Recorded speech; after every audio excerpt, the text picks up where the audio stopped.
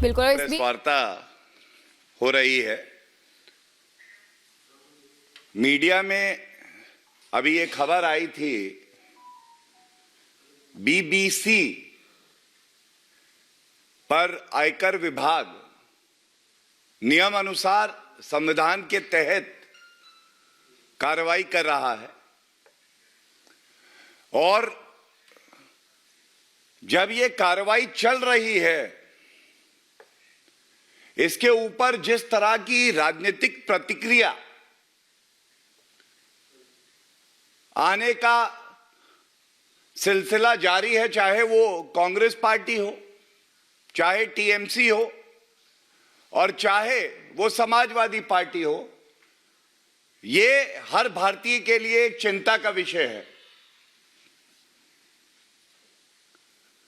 सबसे पहले तो कांग्रेस पार्टी को यह समझना होगा कि भारत संविधान और कानून के तहत चलता है और ये श्री नरेंद्र मोदी जी के नेतृत्व वाली सरकार है।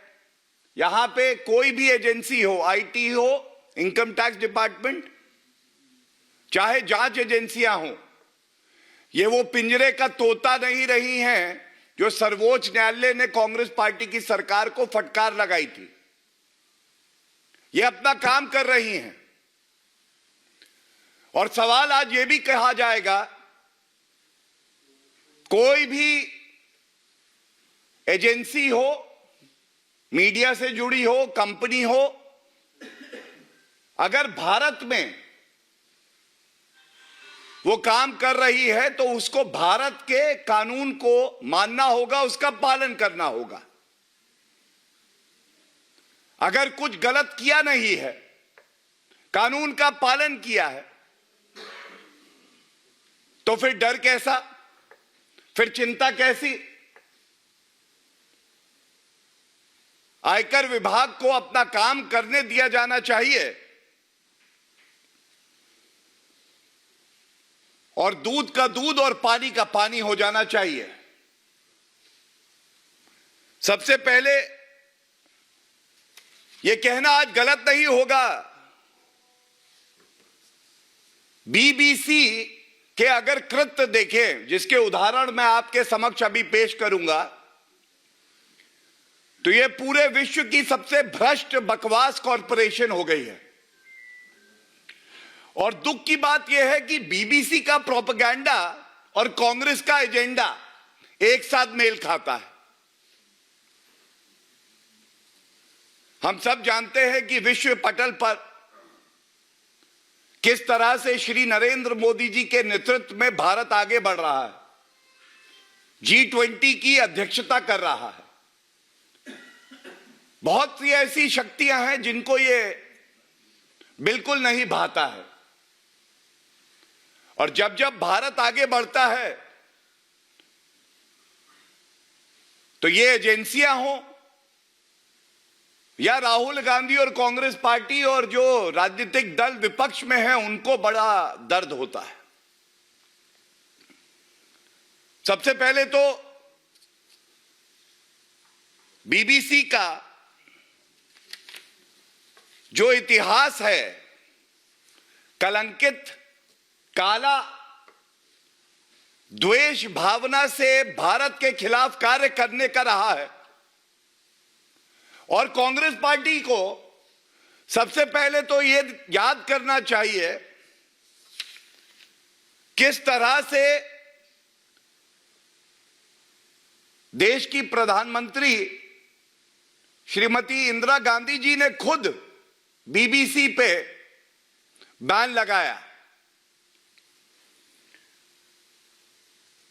बीबीसी रिपोर्टिंग करे, निष्पक्ष पत्रकारिता करे, भारत का संविधान ये हक उन्हें देता है, लेकिन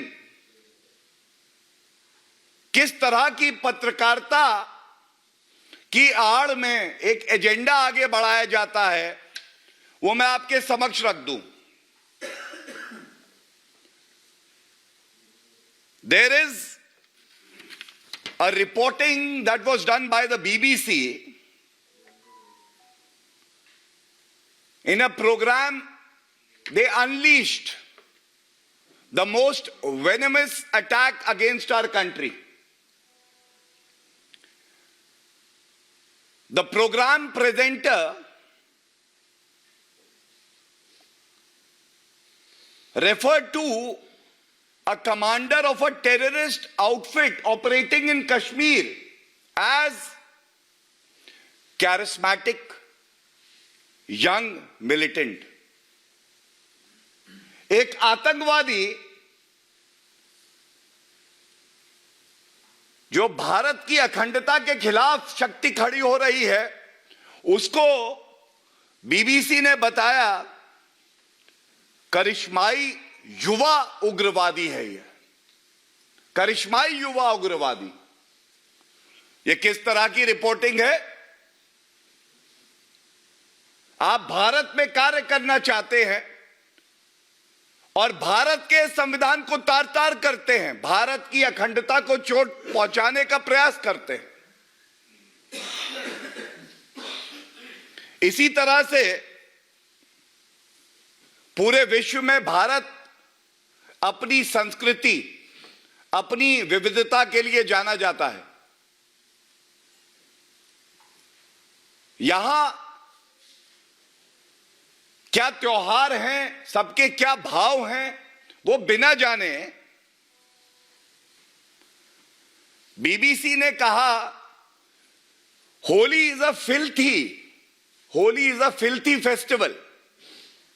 BBC, what do you know about the festivals of India? And citing this example will go a very long way to show how venomous, how shallow the reporting of the BBC is. Adding to that, we all revere father of the nation, Mahatma Gandhi ji. But BBC wishes to operate in India, yet refuses to respect the icons of the country. The BBC very categorically in a program, and its presenter had the temerity to say that Mahatma Gandhi had failed in his attempt to liberate India in 1946.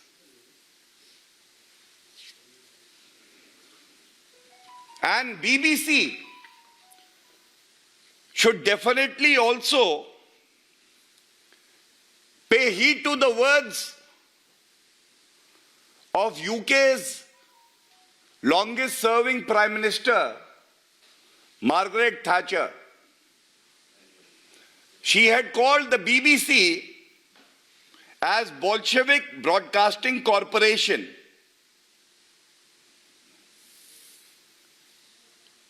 These examples are very important for a fundamental reason, and the reason is this.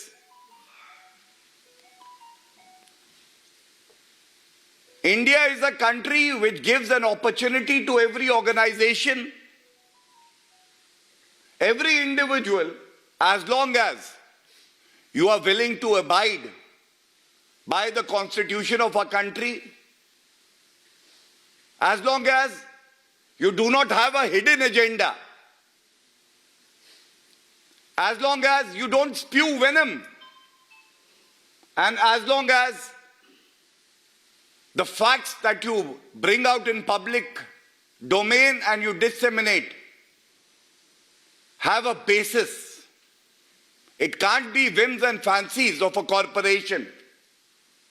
And this cannot be tolerated. Having spoken about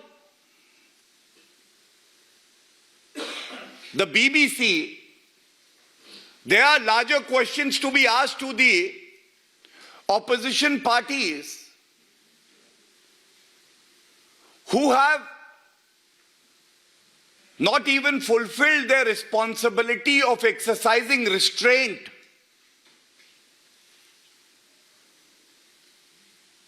और यह कहना गलत नहीं है।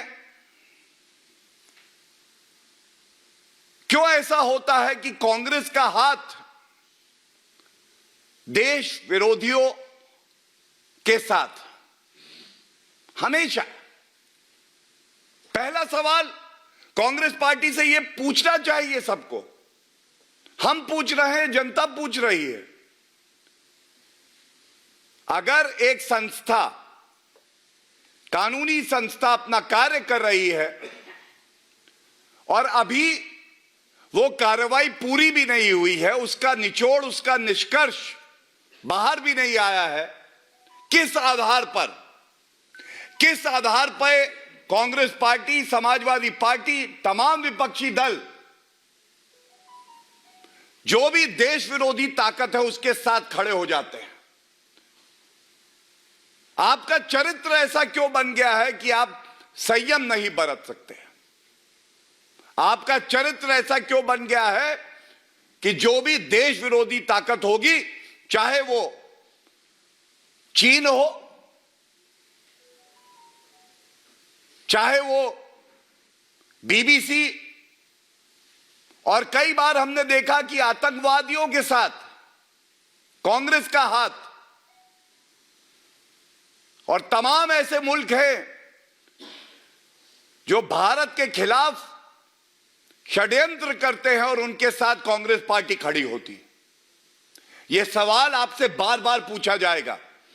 पहला, जो कार्रवाई income tax department कर रहा है, अभी वो समाप्त नहीं हुई थी, तो ऐसी क्या जल्दबाजी थी कि इस पे आपने ओछी हल्की घटिया राजनीति करी? क्यों नहीं संयम दिखाया कि रिपोर्ट आने का इंतजार करते? और यह न्यायालय का काम है, वो तय करेगी कि किसी भी जांच एजेंसी का या किसी विभाग का कार्य कानूनी तौर पे सही है या द्वेष भावना से किया गया है।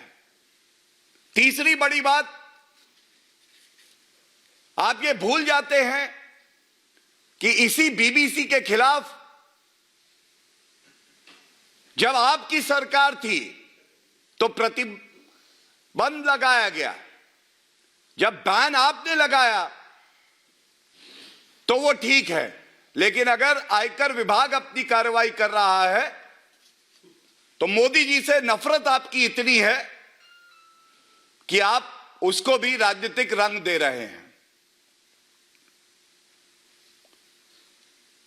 और सबसे महत्वपूर्ण सवाल जो पूछा जाना चाहिए, कांग्रेस पार्टी क्यों ऐसा चरित्र दिखाती है कि किसी भी संवैधानिक संस्था और कानूनी संस्था पर इनका विश्वास नहीं होता है? चाहे वो देश का सर्वोच्च न्यायालय हो,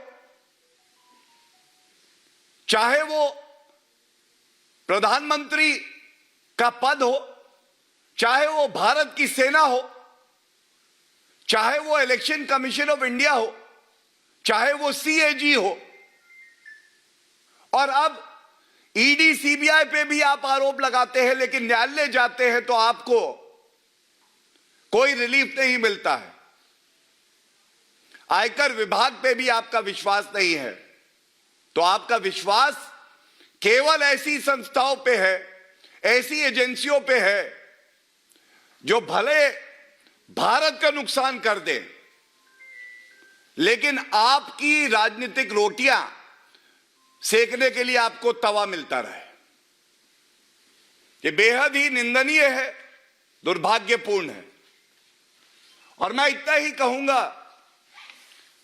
कोई भी जांच एजेंसी हो या कोई भी विभाग हो, अगर वो अपना कार्य कर रहा है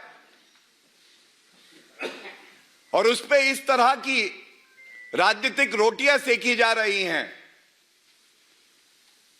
तो देश की जनता देख रही है कि किस तरह से आप देश विरोधी शक्तियों के साथ खड़े हैं और देश के साथ नहीं खड़े हैं। धन्यवाद।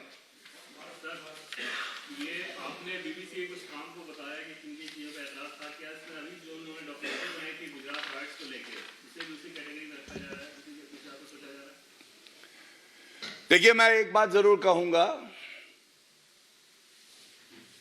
खाता ना बही जो भारत का सर्वोच्च न्यायालय कहे वो सही।